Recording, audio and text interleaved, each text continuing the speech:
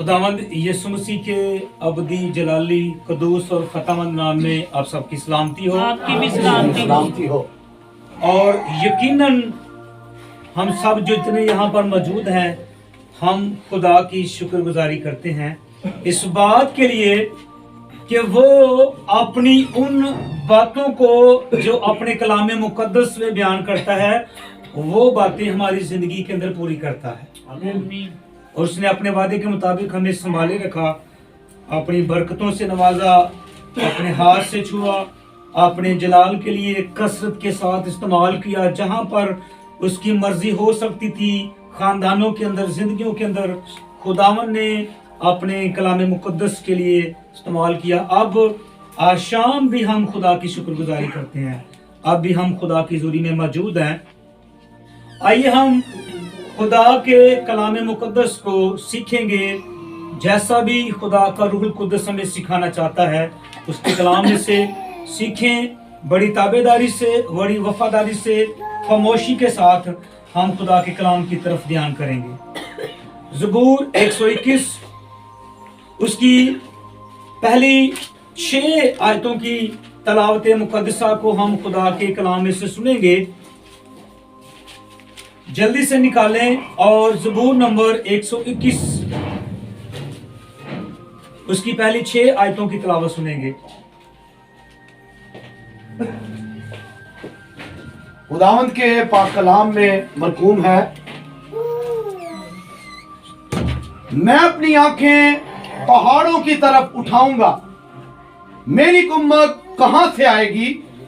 मेरी कुम्मत खुदावंद से है जिसने आसमान और जमीन को बनाया। वो तेरे पांव को फिसलने ना देगा, तेरा मुहाफिज ऊंघने का नहीं। देख, इस्राएल का मुहाफिज ना ऊंघेगा ना सोएगा। खुदावन तेरा मुहाफिज है, खुदावन तेरे दाहिने हाथ पर तेरा साहिबान है। ना आफताब दिन को तुझे जरर पहुंचाएगा, ना महताब रात को। आमीन। आइए आंखें बंद करें, कलाम मुकद्दस के पढ़े, सुने, समझे और खोले और गौर किए जाने पर खुदा की बरकत है। सब मिलकर कहेंगे आमीन आमीन। खुदावंद का शुक्र हो। इस हिस्से में जो आज खुदा के कलाम में से हमने तलावत के तौर पर सुना, इसमें लिखा है, मैं अपनी आंखें पहाड़ों की तरफ उठाऊंगा, मेरी कुम्मत कहां से आएगी? मेरी कुम्मत खुदावन से है जिसने आसमान और जमीन को बनाया। वो तेरे पांव को फिसलने ना देगा, तेरा मुहाफिज ऊंघने का नहीं। देख, इस्राएल का मुहाफिज ना ऊंघेगा ना सोएगा।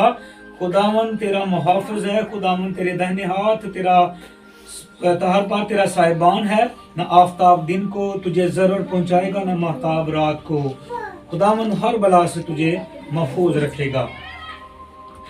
बड़ी ही खूबसूरत और बड़ी ही वाजिब बातें खुदा के ममसू के मुंह से निकली। वाजिब इसलिए कि वो एक खुदा का चुनिंदा बरगजीदा बंदा है और ईमानदार है। इसलिए वाजिब ये है कि ईमानदार की जिंदगी से वाजिब और ईमान भरी बातें निकलनी चाहिए।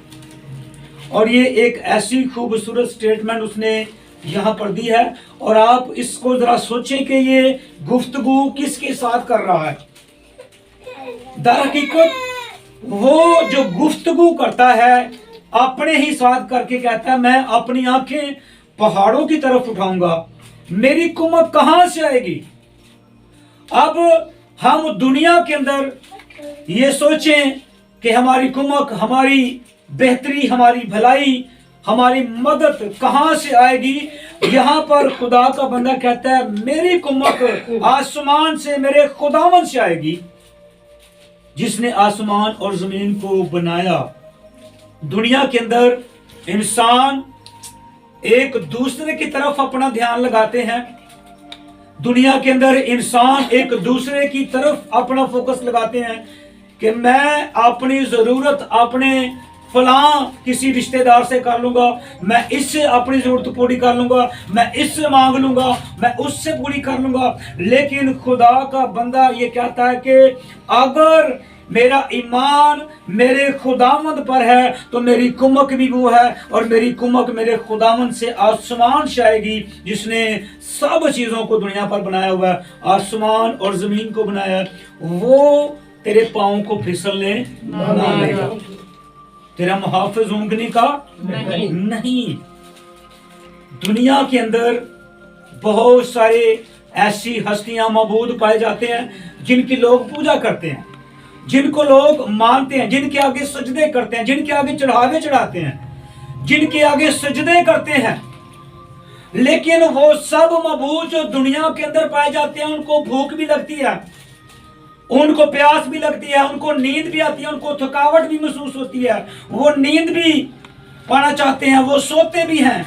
लेकिन इस्राएल का मुहाफिज, मेरा और आपका मुहाफिज खुदामंद खुदा, जो हमारी ढाल है, जो हमारी सिपर है, जो हमारा ऊंचा बुर्ज है, वो हरगिज कभी नहीं सोता, बल्कि उसकी आंखें हम पर लगी रहती हैं। आमीन। और मिसाल की किताब में लिखा हुआ है कि खुदामंद की आंखें दुनिया की निगरान हैं। खुदामंद न सोता है न ऊँघता है, बल्कि देख इस्राएल का मुहाफिज न ऊँघेगा न सोएगा, खुदामंद तेरा मुहाफिज है। लोगों ने अपनी सिक्योरिटी के लिए, अपनी मुहाफिजत के लिए दुनिया के अंदर सिक्योरिटी गार्ड रखे होते हैं, बड़ी बड़ी तनख्वाहें देकर, बड़े बड़े हथियार देकर, पिस्तौलें, राइफलें और बहुत सारा ऐसा साजो सामान उसको देते हैं, ताकि करें क्या, इस इंसान की हिफाजत करें जिसके लिए सिक्योरिटी के लिए रखा हुआ है। और मैंने बहुत सारे ऐसे वाकयात को देखा है दुनिया के अंदर, लोगों ने 5-5, 6-6 सिक्योरिटी गार्ड रखे हुए हैं, जवान रखे हुए हैं, उनको गने दी हुई हैं, सिक्योरिटी कैमरे लगे हुए हैं, उसके बावजूद दुश्मन आता है और उनको हलाक करके चला जाता है, मार कर चला जाता है। और फिर लोग कहते हैं कैमरे लगे हुए थे, सिक्योरिटी पर बंदे तैनात थे, गार्ड खड़े थे, लेकिन फिर भी पता नहीं गोली कहां से आकर इसको लग गई और यह हलाक हो गया। लेकिन दुनिया के अंदर जो सिक्योरिटी है, उस सिक्योरिटी की यहां पर बात नहीं हुई। खुदावन का कलाम कहता है खुदावन तेरा मुहाफिज है। वो सिक्योरिटी, उसके कैमरे हमेशा ऐसे हैं, और जिस सिक्योरिटी की मैं बात कर रहा हूं, वो सिक्योरिटी जब हमारे इर्द गिर्द रहती है तो कोई बुलेट, कोई बम, कोई ऐसी कोई चीज जो हमारी जिंदगी के खिलाफ, हमारे हलाक होने के लिए हमारे खिलाफ उठती है, हमारा दुश्मन हमारे लिए प्लान करता है, वो सब की सब नाकाम होती हैं, और हम तक पहुंचने से पहले ही खुदा रास्ते में उनको तबाह बर्बाद कर देता है। क्योंकि देख इस्राएल का मुहाफिज न ऊँघेगा न सोएगा, खुदामंद तेरा मुहाफिज है, खुदामंद तेरे दाहिने हाथ पर तेरा साहिबान है। खुदा के होते हुए कोई आपका दुश्मन आप पर वार करने में नाकाम हो जाता है। और मेरे जीजो, जिस हालत में हम हैं, मैं और आप हैं, यकीनन हमारी स्टेटमेंट और हमारी जुबान से निकलने वाले अल्फाज भी इसी तरह पुरजोर और खुशी से और जोर से भरे हुए होने चाहिए, क्योंकि हम सब जितने यहाँ पर मौजूद हैं, हमारा ईमान खुदामंद पर है, जिंदा खुदामंद पर है। हमारा तवक्कल किसी अदारे पर नहीं है, किसी इंसान पर नहीं है, किसी अफसर पर नहीं है, किसी फौज पर नहीं है कि वो हमारी सिक्योरिटी करेगा। हमारा ईमान, हमारा तवक्कल जिंदा खुदामंद पर है, जो हमेशा अपनी नजरें हम पर लगाए रखता और हमें देखता और हमारी हिफाजत करता है। बड़ी जबरदस्त बात लिखी हुई है, खुदामंद तेरे दाहिने हाथ पर तेरा साहिबान है, न आफताब दिन को तुझे जरर पहुंचाएगा, न महताब रात को। खुदामंद हर बला से तुझे महफूज रखेगा, वो तेरी जान को महफूज रखेगा। खुदामंद तेरी आमदरफ्त में अब से हमेशा तक तेरी हिफाजत करेगा। मेरे अजीजों, खुदा ने जिस हिफाजत का वादा मेरे और आपके साथ किया है, आप सोचें कि जो खुदा मदद और रहनुमाई कर सकता है, वो आपको ना कोई और दे सकता है, ना कोई इंसान दे सकता है, बल्कि कलाम में लिखा है हमारी मुहावजत, हमारी सरफराजी ना मशरक से आती है ना मगरब से, बल्कि खुदावंद से, आसमान से आती है, जो खुदा हमें मुहैया करता है। आप सोचें, आप ख्याल करें कि एक ईमानदार की शादमानी सिर्फ दौलत और पैसों से नहीं होती। एक ईमानदार तो जो खुशी है ना वो जिस दुनिया की चीज़ों से होती है, बल्कि ईमानदार की खुशी और शादमानी इस बात में होती है कि खुदावंद मेरा मुहाफ़िज़ है, वो मुझे देख रहा है, मेरी मुहाफ़िज़त के लिए हमेशा जागता रहता है। आमीन। आज हम देखें कि दुनिया के अंदर क्या होता है, लोगों के जो खुशी का बायस है उनके पैसों की वजह से, उनकी मालो दौलत की वजह से बढ़ता है और कम हो जाता है। हमारी खुशी हमारे हालात की वजह से नहीं होनी चाहिए कि हमारे हालात गिर गए हैं, हमारी खुशी का दर्जा नहीं गिरना चाहिए। हमारी खुशी का बायस हमारे अगर हालात तंग हो चुके हैं, हमारे वसाइल कम हो चुके हैं, लेकिन हमारी शादमानी जो खुदावंद में, हमारी खुशी जो शादमानी खुदावंद में है, वो कभी कम नहीं होनी चाहिए, क्योंकि खुदावंद यहाँ पर वादा फरमाता है 122 ज़बूर के अंदर कलाम में लिखा है आयत नंबर 5 के अंदर, क्योंकि वहाँ अदालत के तख्त यानी दाऊद के खानदान के तख्त कायम हैं, यरूशलेम की सलामती की दुआ करो, वो जो तुझसे मोहब्बत रखते हैं इकबालमंद होंगे, तेरी फसील के अंदर सलामती और तेरे महलों में इकबालमंदी हो। मैं अपने भाइयों और दोस्तों की खातर अब कहूँगा तुझ में सलामती रहे, खुदावंद अपने खुदा के घर की खातर मैं तेरी भलाई का तालिब रहूंगा। ये दुआ जो है, ये दुआ के अल्फाज जो हैं मेरे लिए और आपके लिए बरकत और सलामती का बायस है, इसलिए कि ये दुआ ईमानदारों को इकबालमंद करती है, उनमें मोहब्बत को बढ़ाती है, उनको सरफराज करती है और उनके अंदर खुदा का एक अजीब ईमान पैदा करती है जो मेरी और आपकी जिंदगी में खुदा देखना चाहता है। हम अगर दुनिया में परेशान होते हैं, हम अगर दुनिया में टेंशन में आ जाते हैं, तो हमारी आंखें किसकी तरफ लगती हैं? हम किसकी तरफ अपनी आंखें लगाते हैं? हम किसकी तरफ अपना मुंह झुकाते हैं और किसकी तरफ अपने हाथ बढ़ाते हैं? किससे मांगते हैं? ईमान की हालत के अंदर हमें सिर्फ और सिर्फ खुदावंद से मांगना है। हर एक हालत के अंदर खुदावंद से बरकत की दुआ करनी है। आमीन। कलाम में लिखा है कि मैं अपनी आंखें तेरी तरफ उठाता हूं, 123 के अंदर, देख जिस तरह, ज़बूर 123 है, जिस तरह गुलामों की आंखें अपने आका की तरफ और लोंडी की आंखें अपनी बीबी के हाथ की तरफ लगी रहती हैं, उसी तरह हमारी आंखें खुदावंद अपने खुदा की तरफ लगी हैं जब तक वो हम पर रहम ना करे।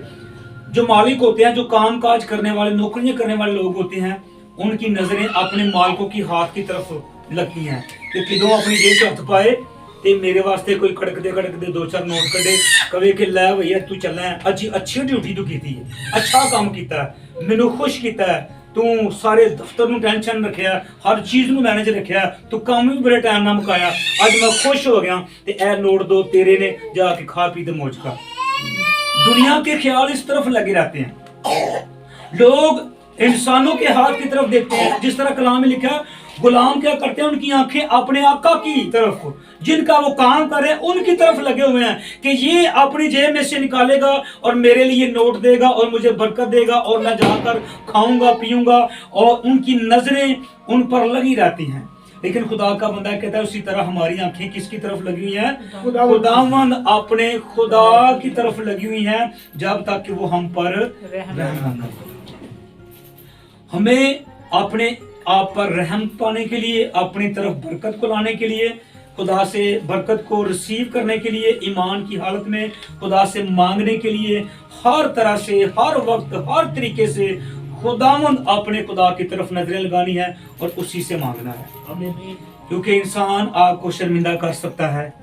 आप अगर मांगे किसी से तो इंसान आपको शर्मिंदा कर सकता है, ना कर सकता है, टाल सकता है, झूठ बोल सकता है, और ना देने के लिए कुछ भी कह सकता है, लेकिन खुदावन जो रहीम करीम है, हम पर रहम करना जानता है, वो क्या करता है, अपने लोगों को जब देता है ना तो उनको जलील करता है, ना उनको बेइज्जत करना चाहता है, ना उनकी बातों को उछालना चाहता है, बल्कि खुदा अपने तालबों को नींद ही में अता कर देता है। किसी को कानों कान खबर ही नहीं होती और ईमानदार की सारी जरूरतें पूरी हो गई। आमीन। लिखा है, क्योंकि हम जिल्लत उठाते उठाते तंग आ गए, असुदा हालों के तमस्कर और मगरूरों की हकारत से हमारी जान सैर हो गई। और अगर हम इस 124वें ज़बूर की अंदर आते हैं तो कलाम में लिखा है, अब इस्राएल यूं कहे। अब क्या कहे? इस्राएल यूं कहे। ये बात मेरे लिए और आपके लिए भी सेम टू सेम है। अब ईमानदार ये कहें, ये ईमानदार बहनें ये कहें, ये ईमानदार भाई ये कहें, अगर खुदावंद हमारी तरफ ना होता।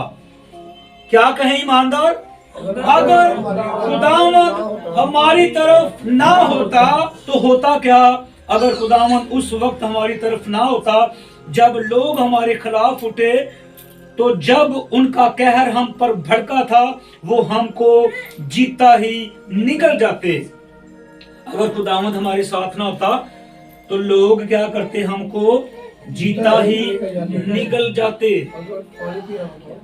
और लिखा है, उस वक्त पानी हमको डुबो देता। ये उस वक्त की बात हुई है जब खुदा ने अपने बड़े हाथ से इस्राएली कौम को मिस्र की गुलामी से छुड़ाकर लेकर आया था, और बड़ी बड़ी कौमें और बड़ी बड़ी फौजें और बड़े बड़े तख्त इस्राएलियों को रास्ते में मारने के लिए, रास्ते में अपने बॉर्डर पर हलाक करने के लिए, उनको शिकस्त देने के लिए उठते थे। और खुदा का बंदा कहता है, अगर तू हमारे साथ ना होता तो लोग जो हमारे खिलाफ उठे, जब उनका कहर हम पर भड़का तो हम जीते, वो हमको जीते ही जी निकल जाते, हमको खा जाते, हमें मार देते। अगर तेरा फजल हम पर ना होता, अगर तेरी नजर हम पर ना होती, अगर तेरी तवज्जो हम पर ना होती, तो लोग जो हमारे खिलाफ उठे थे हमें मार देते, हलाक कर देते। लिखा उस वक्त पानी हमको डुबो देता, अगर तू हमारे साथ ना होता। इस्राएली आप जानते हैं, जब मिस्र की गुलामी में से निकले तो पीछे फरौन की फौज आई और आगे समंदर आ गया, और बीच में दरमियान के अंदर वो इस्राएली कौम थी, और वो सोच रहे थे कि अब हम मर जाएंगे, या तो हमें फरौन की फौज कत्ल कर देगी या हम समुद्र में डूब के मार जाएंगे। और देखें, खुदावंद जिंदा खुदा जो ना सोता है ना जो ऊँगता है, अपने लोगों की गलाबानी करता है, उन पर अपनी नजर लगाता है, उनको बचाने की कुदरत रखता है। उस वक्त खुदा अपने बंदा मूसा के जरिए से वहां पर काम करता है। उसने लाठी समुद्र पर मारी और वो समुद्र दो हिस्सों में होकर जगह बन गई, साफ रास्ता बन गया, और खुदा के लोग उसमें से गुजरे और बचकर पार निकल गए। और खुदा के बंदा ने यहाँ पर लिखा कि वो पानी जो उस वक्त था वो हमको डुबो देता, अगर तो हमारी तरफ ना होता, हमारे साथ ना होता, हमारी फेवर में ना होता, हम पर तेरा हाथ ना होता, तो वो समुद्र का पानी हमें डुबो देता। और वो लोग, वो फौजें, वो लोग हमें मार चुके होते, खा चुके होते, खत्म कर चुके होते, अगर तू हमारे साथ ना होता। मेरे चीजों, लिखा है, और सैलाब हमारी जान पर से गुजर जाता। उतों नहीं ना जाता पानी, जिन्ना उडूंगा समुद्र सी ना, ऊपर से गुजर जाता, इतना गहरा वो समुद्र था। लेकिन तेरी कुदरत ने, तेरे मोहब्बत ने, तेरे प्यार ने हम पर ऐसा फजल किया कि वो पानी हमारे ऊपर से गुजरने की बजाय हमारे रास्ते छोड़कर हमारे आगे से हट गया और हमें जगह दी, और हम उसमें से गुजरे, क्योंकि तेरी नजर हम पर थी, तेरा साया हम पर था, तेरा फजल हम पर था, और सलामती से हमने उस दरिया को पार कर लिया। लिखा है, उस वक्त मोजज़म पानी हमारी जान पर से गुजर जाता। खुदामंद मुबारक हो जिसने हमें उनके दांतों का शिकार ना होने दिया। हमारी जान चिड़िया की मानद चिड़ेमारों के जाल से बच निकली, जाल तो टूट गया और हम बच निकले। हालेलुया, जोरदार तालियां से खुदा के लिए जो हमें मुश्किलात से भी बचा लेता है, ऐसी बड़ी बड़ी आफतों से बचा लेता है जो हमारे दुश्मन, हमारे मुखालिफ हमारे लिए तैयार करते हैं। खुदा ऐसे शिकारियों से भी हमें बचाने की कुदरत रखता है। एक वाकया मैं खुदा की शुक्रगुजारी करता हूँ, मुझे फिर से याद आ गया। एक पहाड़ के ऊपर खुदा का बंदा मर्दे खुदा अलीशा और उसका शिगिर्द जहाजी इसराइलियों के साथ बसेरा किए हुए हैं, और सुबह का वक्त है। सुबह सवेरे जहाजी उठकर बाहर निकला, घूमने फिरने के लिए, सैर करने के लिए, या किसी काम के लिए निकला, और देखता क्या है कि वहां पर मुखालिफ फौज ने डेरे डाले हुए हैं और चारों तरफ से उसने उस पहाड़ को, जिस पर इसराइली हैं, उस पहाड़ को घेर लिया है।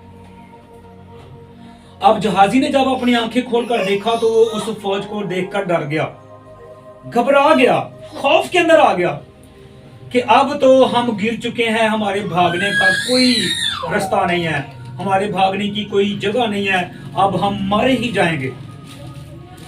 भागता भागता वापस गया अपने उस्ताद मर्दे खुदा अलीशा के पास और कहता है, ऐ उस्ताद, हम मारे गए, आज हम पकड़े गए, आज हम गिरफ्तार हो गए। क्यों? उसने पूछा, क्यों तू इतना परेशान है, क्यों तुझे इतनी परेशानी है, तू पसीने के अंदर है, तुझे साह चढ़ा हुआ है, थोड़ा सा सांस ले, मुझे बता हुआ क्या है। कहता उस्ताद जी, मैं वेख के आया, दुश्मन दे रथ ते दुश्मन दियां फौजां, असले, सारा कुछ लैके चारों तरफों ने घेर लिया, आज सानू जरूर ही मार देंगे। खुदा का बंदा मर्दे खुदा वहां पर ईमान की बात करता है, यहाँ पर जैसे ईमान की बात हुई है। वो कहता है, मैं अपनी आंखें पहाड़ों की तरफ उठाऊंगा, मेरी कुमक कहां से आएगी, मेरी कुमक खुदावंद से है। उसने अपने मुंह को खोला और दुआ की, ऐ खुदावंद, इस नौजवान की आंखें खोल दे। आज हमारी आंखें बंद हैं खुदा के उस फजल को, खुदा की उस फेवर को, खुदा की उस पावर को, उस 90 को, उस जोर को, उस सिक्योरिटी को जो खुदा हमारे साथ रखता है, हर वक्त हमें घेरे रखता है, खुदा अपने जोरे बाजू से हमें महफूज रखता है। उस सिक्योरिटी को हम नहीं देख पा रहे जो खुदा हमारे लिए दुनिया में रखता है। हमारी आंखें दुनिया की परेशानियों ने बंद कर दी हैं, हमारी आंखें दुनिया के नफ्सा नफ्सी ने बंद कर दी हैं, और हम रूहानी हालत से हटकर दुनियावी हालतों में आकर परेशान हो रहे हैं, टेंशनों के अंदर आ रहे हैं, मुसीबतों के अंदर पड़े हुए हैं और सोच रहे हैं कि पता नहीं हमारे साथ क्या होगा, क्योंकि हमारी रूहानी आंखें बंद हैं। हम खुदा की उस फेवर को, उस खुदा के हाथ को देख नहीं रहे जो हमारे ऊपर खुदा ने बढ़ाकर रखा होगा। क्या एक ईमानदार बंदे को खुदा छोड़ देगा जलील होने के लिए, परेशान होने के लिए, लड़ने के लिए, मरने के लिए छोड़ सकता है? खुदा हरगिज नहीं छोड़ता अपने बंदे को, बल्कि उसका साथ देता है। और जब मर्दे खुदा ने दुआ की, उस शिगिर्द की जहाजी की आंखें खुली, तो वो जब देखता है, मर्दे खुदा ने कहा होगा, ऐ शिगिर्द हुण वेख लै, उन्हां दी फौज किन्नी ते साडी किन्नी, गिन के वेख लै। उन्हें कहा, उस्ताद जी, वाकई साडे नाल दे जेहड़े ना साडी फौज, उन्हां दी फौज नालों ज़्यादा है।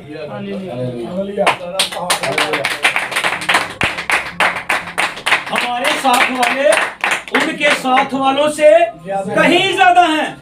अच्छा, 1000 बंदा भेजा होगा या 2000 बंदा भेजा होगा मुखालफों ने, दुश्मनों ने उन लोगों को पकड़ने के लिए 4000 बंदा भेजा होगा, और 4000 बंदा भेजा है। लेकिन जब खुदा ने उनकी आंखें खोली और खुदा ने अपनी फेवर दिखाई, अपनी सिक्योरिटी दिखाई और अपने फतह का निशान दिखाया, तो खुदा के बंदे के मुंह से निकला क्या, देख हमारी तरफ वाले उनकी तरफ से वालों से कहीं ज्यादा हैं। इसका मतलब अगर 10,000 हैं तो हमारी तरफ वाले 30,000 हैं, अगर उनके 50,000 हैं तो हमारे 1.5 लाख हैं।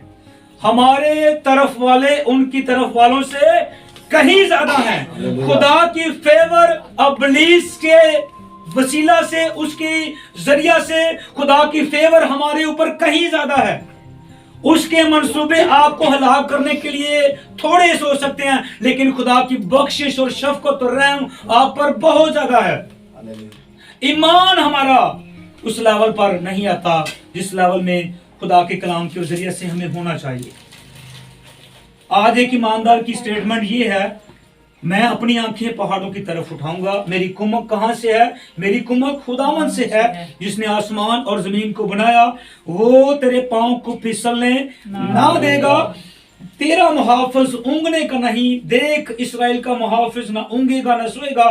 खुदावन तेरा मुहाफिज है, खुदावन तेरे दाहिने हाथ तेरा साहिबान है। ना आफताब दिन को तुझे जरूर पहुंचाएगा, ना महताब रात को। खुदावन हर बला से तुझे महफूज रखेगा, वो तेरी जान को महफूज रखेगा। खुदावन तेरी आमदरफ्त में अब से हमेशा तक तेरी हिफाजत करेगा। ईमान की हालतों को देखें, ईमान के अंदर देखें, ईमानदार होते हुए सोचें कि खुदा की फेवर और खुदा का मसा और खुदा की बरकत और खुदा की सिक्योरिटी और खुदा का हाथ किस कदर हम पर हो सकता है। और खुदा की फेवर के सामने अबलीस, दुश्मन और हमारी मुखालफतें जितने हमारे खिलाफ होती हैं वो कुछ भी नहीं होती, वो एक मिनट के अंदर तबाह बर्बाद हो जाती हैं। आप देखें वो वाकया दाऊद का, एक छोटा बच्चा, एक 14-15 साल की एज का बच्चा, नौजवानी की हालत में, अभी पूरा नौजवान भी नहीं बना, और जब वो उतरा है मैदान जंग में फिलिस्तीनियों के खिलाफ और उस जाति जुलियत के खिलाफ, तो आप सोचें कि उसका कद कितना है, उसका जोर कितना है, उसकी ताकत कितनी है, उसका भाला कितना बड़ा है, उसकी तलवार कितनी बड़ी है। इतना बड़ा शख्स, इतनी बड़ी ताकत रखने वाला, जिससे पूरी की पूरी इस्राएली कौम डर रही थी कि अगर ये मैदान जंग में आ गया हमें मारने के लिए तो हमें छोड़ेगा नहीं, हमें फना कर देगा, हमारी किचड़ियां कर देगा, हमें तबाह बर्बाद कर देगा, हमारे टुकड़े कर देगा। और डर कर पीछे सब बैठे हुए हैं अपने मोर्चों के अंदर, और उसका मुकाबला करने के लिए कोई निकल नहीं रहा। लेकिन जिसके अंदर खुदावंद है, जिसके अंदर खुदा का ईमान है, जो खुदावंद की गैरत रखता है, वो निकला और निकला है। अच्छा, लोग कह रहे हैं, नबी कह रहा है खुदा का, उसके भाई कहते होंगे जो मैदान जंग में गए हुए थे, डर कर बैठे हुए थे, भाई दाऊद ए सीने बंद पा लै, ए तलवार ले लै, ए हेलमेट पा लै, अपने धौन कजन वाली कोई लोहे की चीज पा लै, संगलियां फलान टींग। आपको पता पुराने जमाने के जब जंगे लड़ते थे तो बहुत ज्यादा जंगी सामान पहनते थे, टांगों के ऊपर, हाथों के ऊपर, गर्दन पर, सर पर लोहे की चीजें वो बनी होती थी, पूरे का पूरा लिबास लोहे का बना हुआ था, वो पहनकर जंग लड़ते थे, ताकि अगर तो तलवार लगती भी है तो वो तलवार उनके जिस्म को काटे ना, बल्कि कुछ ही असर हो लेकिन वो बंदा हलाक ना हो। वो इतना सामान पहनते थे। नबी भी कह रहा है, सब कह रहे हैं, अगर तू लड़ना ही चाहना है तो भाई तेरी मेहरबानी है, वो बंदा बड़ा जोरावर है, बड़ा ताकत वाला है, और बड़ी हिम्मत है, एडा लंबा है, एडा चौड़ा है, एडे ਉਹਦੇ ਕੋਲ हथियार ने, ते तू ए जंगी सामान पा ले ताकि थोड़ा बहुत तेरी बचत हो जाए। कहंदे ਉਹਨੇ ਕਿਹਾ ਮੇਰੇ ਕੋਲ नहीं पाए जाने, ए मेरे तो भारे ने, इन्हां दा वजन मेरे को नहीं चुकिया जाता। मैं एक चीज अपने साथ रखता हूं, खुदा की फेवर और खुदा की मुहाफजत, वो मेरे साथ है। और निकल पड़ा और नदी के किनारे से चिकने चिकने पत्थर उठाने शुरू हो गया, चिकने पत्थर उठाकर ले गया और उस देव हैकल बंदे के सामने, दुश्मन के सामने खड़ा हो गया। और वो दुश्मन अपने मुंह से पुकारता है, तू मेरा मुकाबला करने आया है, मैं तो तुझे 1 मिनट के अंदर मसल कर रख दूंगा, तू मेरा मुकाबला करेगा। खुदा का बंदा निकाल के फलाखन उसमें डालता है पत्थर, और पत्थर को, फलाखन को घुमाना शुरू कर देता है। वो कहता है, क्या मैं कुत्ता हूं तो जो मुझे हंकाने के लिए आया है और मुझे डराने के लिए, इन चीजों से, छोटी छोटी चीजों से डराने के लिए आ गया। उसने कहा, मैं जिंदा खुदावंद के नाम से आता हूं, आज ही मेरा खुदा तुझे मेरे कदमों में कर देगा। उसने फलाखन घुमाई और एक ही पत्थर मारा, और वो दुश्मन जो इतना बड़ा, जिससे सब डरे थे, 1 मिनट के अंदर उसके कदमों में आ गिरा और वहीं पर ढेर हो गया। Hallelujah, hallelujah. क्योंकि खुदा की फेवर, खुदा की मुहाफजत, खुदा की सिपर दाऊद के साथ थी, उसका ईमान, उसका तवक्कल खुदा के साथ था। तो मेरे साथ खुदा है, मुझे कुछ भी नहीं हो सकता। जब खुदा हमारे साथ है तो कौन हमारा मुखालिफ है।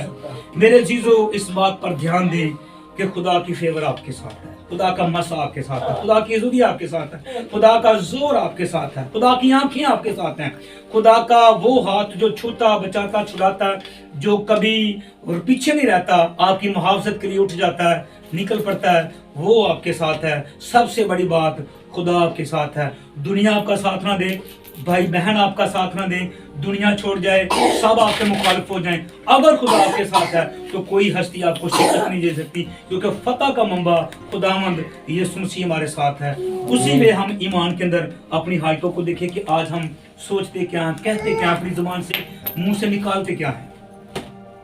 आज खुदा तकाजा करता है ईमानदारों से कि किधर है तेरा ईमान, किधर है तेरी वो जोर आवर प्रेयर, और किधर है तेरा वो सच्चा ईमान जिसके ईमान के जरिए से तूने अपनी जिंदगी खुदा को दी हुई है। और अगर जिंदगी खुदा को दे दी हुई है तो जिंदगी का फिक्र क्या करना कि है तो खुदा के हाथ में, मनु का भी फिक्र है भाई। खुदा अगर जिंदगी देता है, घराना देता है, तो वो सारे वसाइल और बरकतें भी देता है और उसी ने देनी है, हम कुछ नहीं कर सकते।